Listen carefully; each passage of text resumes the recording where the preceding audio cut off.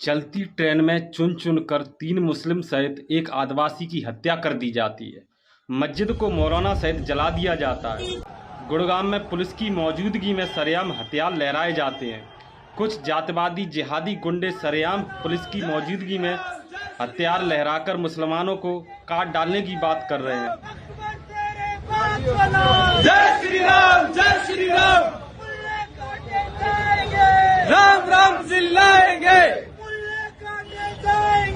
राम राम चिल्लाएंगे। हत्यारों को मीडिया मानसिक रोगी बता रही है, जबकि हत्यारा चुन चुन करके मुसलमानों को मौत की नींद सुला रहा है।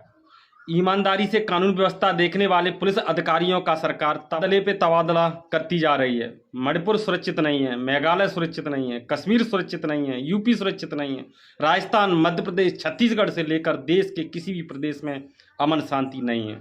मिनटों में सोशल मीडिया पर आपको खून खराबे की सैकड़ों ताज़ी खबरें मिल जाएंगी।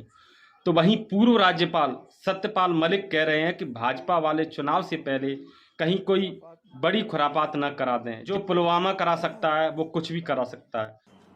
And he knows this. मुझे ये डर है कि ये कहीं कोई खुराफात ना करा दें, जैसे राम मंदिर पे कोई विस्फोट करा दें, किसी बीजेपी के आदमी को मरवा दें, इम्पोर्टेंट को। ऐसे काम करा सकते हैं। He is capable of that. जो पुलवामा करा सकता है वो कुछ भी करा सकता है। He has scent regard for democracy. उनको बिल्कुल परवाह नहीं है पार्लियामेंट की। भौंकते रहो, तुम जो कहोगे, वो परवाह नहीं करते हैं। पर वो गलत रास्ते पे हैं। उनके लिए बेस्ट है अगर वो अभी छोड़ जाएं, इस चुनाव में हिस्सेदारी ना करें। हार के जाएंगे तो क्या बहुत अच्छा रहेगा। मैं ये गारंटी करता हूं आपको कि 2024 में ये कामयाब नहीं। बड़े ताज्जुब की बात है कि देश में यह सब कुछ होने के बाद भी हम ये कैसे मान रहे हैं कि देश में सब कुछ ठीक है। लगातार इतने कम समय अंतराल में एक के बाद एक इतनी सारी घटनाएं सामने आने के बाद यह देश में गृह युद्ध नहीं तो क्या है। आज मैं इन सभी खबरों के बारे में आपको ज़्यादा कुछ नहीं बताऊंगा, क्योंकि अधिकतर इन खबरों से आप रूबरू होंगे। लेकिन यहाँ पर आज इन सभी हमलों के पीछे आज तक का सबसे बड़ा खुलासा करने जा रहा हूँ। इसके आगे जो मैं सच्चाई आपको बताऊंगा, इसे सुनने की हर किसी के बस की बात नहीं है।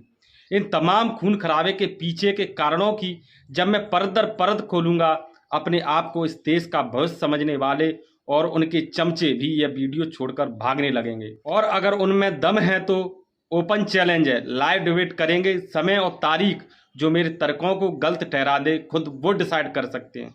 आखिर इस देश में इतनी आपराधिक घटनाएं और खून खराबे के मामले चुनावों से ऐन वक्त पहले इतने ज़्यादा क्यों हो रहे हैं, आज इसके पीछे की सबसे बड़ी सच्चाई बताने जा रहा हूँ। इसलिए आप सभी से निवेदन है, जिनमें यह सच्चाई सुनने की हिम्मत है वह वीडियो को अंत तक जरूर देखें।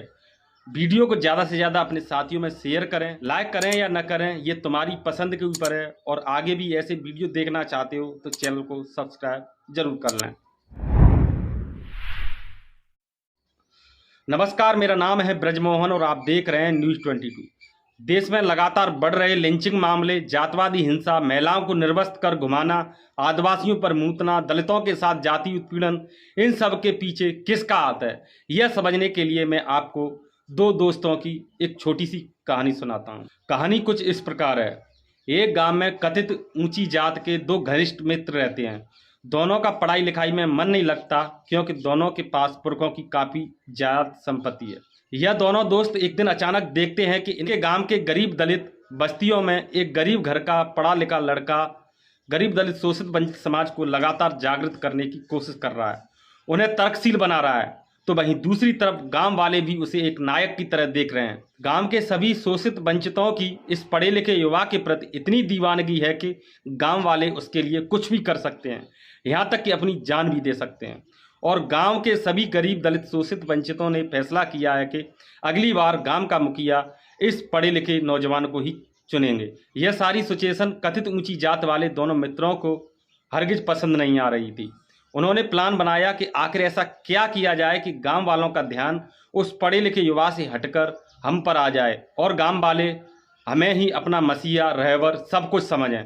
क्योंकि समय रहते हमने अगर कोई तरकीब नहीं निकाली तो आगे चलकर वह लड़का गांव का मुखिया बन जाएगा और हमारी दो पैसे की औकात नहीं रहेगी। फिर दोनों मित्र अपना प्लान बना लेते हैं और उसके दूसरे दिन से ही गांव में उसे इम्प्लीमेंट करने की शुरुआत कर देते हैं। अगले दिन गांव में होता यह है कि इन दोनों मित्रों में न जाने किस बात के ऊपर अचानक भयानक लड़ाई हो जाती है। दोनों तरफ से कई राउंड गोलियां भी चलती हैं। वो बात अलग है कि दोनों में से किसी भी पार्टी का कोई सदस्य इस गोलीबारी में हताहत नहीं होता है। उनकी लड़ाई की खबर पूरे गांव में आग की तरफ फैल जाती है। इन दोनों मित्रों में से एक लड़का बेवजह से गांव वालों को परेशान करता है, तंग करता है, क्रूरता करता है, गांव के गरीब दलित शोषितों को मारता पीटता है। गांव वालों को समझ में नहीं आ रहा है आखिर वो क्या करें क्या नहीं करें। दलित शिक्षित लड़का आर्थिक रूप से इतना मजबूत नहीं है कि कथित ऊंची जात वाले लड़कों से दुश्मनी मोल ले सके। गांव वाले रोज रोज अन्याय अत्याचार सहकर ऊंची जात वाले दूसरे लड़के के पास जाते हैं, क्योंकि गांव वाले सोचते हैं यह लड़का भला है और इसकी दुश्मनी भी पहले वाले लड़के से है, शायद ये हमारी कुछ मदद कर दे। अब तक सब कुछ उन दोनों दोस्तों की प्लानिंग के हिसाब से ही चल रहा था। गांव वालों को उन दोनों लड़कों की प्लानिंग के बारे में कानों कान खबर नहीं थी। अब दूसरा लड़का हीरो बन जाता है, क्योंकि वह कथित तौर पर शोषित गरीब और दलितों के दुख दर्द में शामिल होता है। बेचारे गरीब दलित शिक्षित युवा लड़के को पूरे गांव वाले भूल जाते हैं। चुनाव आता है, गांव वाले से अपना गांव का मुखिया चुन लेते हैं, जो युवा गांव की नज़रों में सही था। लेकिन रुकिए, कहानी अभी खत्म नहीं हुई। समय बीतता जाता है, 5 साल पूरे होने को होते हैं। गांव में फिर से चुनाव आने को होता है। इस बार जो मुखिया है वो विलेन बन जाता है। वो तानाशाही का शासन करने लगता है, क्रूरता करता है, सबसे रिश्वत लेता है। तो ये मुखिया भी कहीं ना कहीं गांव वालों को खटकने लगता है। लेकिन अब 5 साल पूरे होने को हैं। उनकी प्लानिंग के हिसाब से पहले दोस्त ने मुखिया का पद संभाल लिया है, उसने सत्ता हासिल कर ली है। अब बारी है दूसरे दोस्त की। तो गांव वालों को दिखाने के लिए वो उनकी हमदर्दी लेने के लिए उनके सुख दुख में शामिल होने लगता है और गांव वाले उसकी पुरानी बातों को भूल जाते हैं और उसके प्रति थोड़ा रवैया पॉजिटिव कर लेते हैं। धीरे धीरे समय बीतता है, चुनाव आते हैं, चुनाव में वोट डलते हैं और गांव वाले सब जो पहले क्रूरता करता था अब हमदर्दी दिखाता है, उसे मुखिया चुन लेते हैं। क्या समझे? कहानी सुनकर कुछ समझ में आया या नहीं? नहीं आया तो मैं और समझा देता हूँ। दरअसल उन दोनों युवाओं ने प्लान किया था कि हम दोनों में से चाहे कोई भी गांव का मुखिया बन जाए, लेकिन गांव का कोई भी गरीब दलित आदिवासी वंचित मुखिया नहीं बनना चाहिए। उन्होंने प्लानिंग बनाई, उसे इम्प्लीमेंट किया और कामयाब भी हुए। ठीक ऐसा ही हमारे देश की राजनीति में हो रहा है। आप सोचिए, चुनावों से ऐन वक्त पहले एकाएक इतनी सारी खून खराबे की घटनाएं पूरे देश से सामने आना, ये कोई मामूली बात नहीं है। यह कोई संयोग नहीं बल्कि प्रयोग है। प्रयोग बीजेपी और कांग्रेस का है।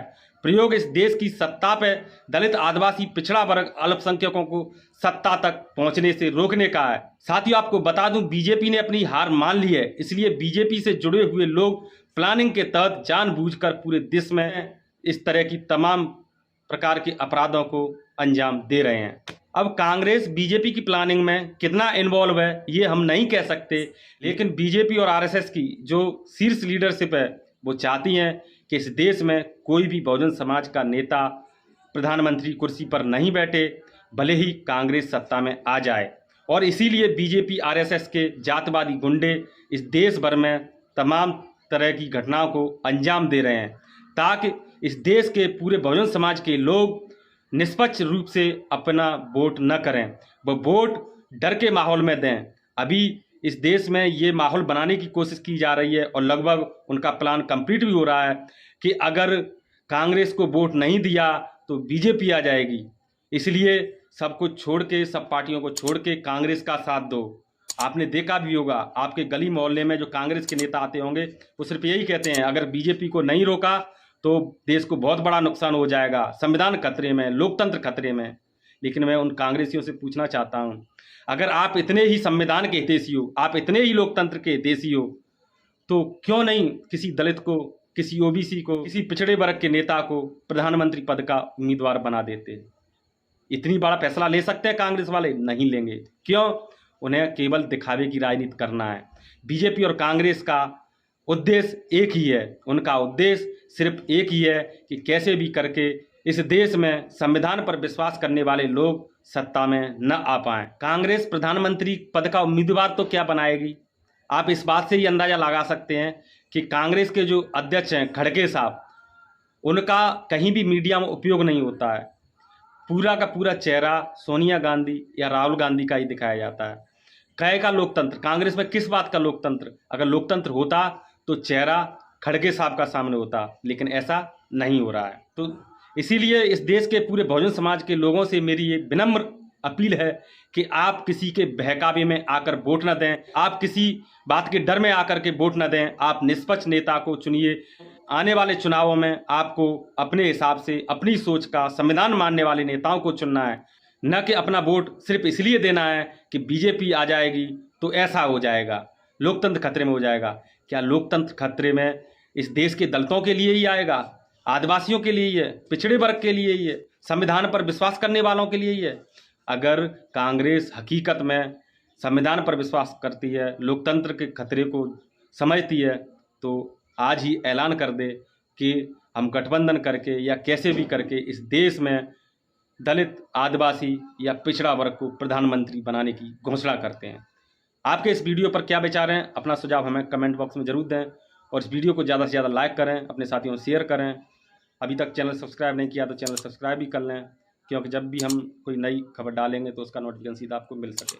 धन्यवाद, नमस्कार, जय भीम, जय भारत, जय संविधान, जय लोकतंत्र।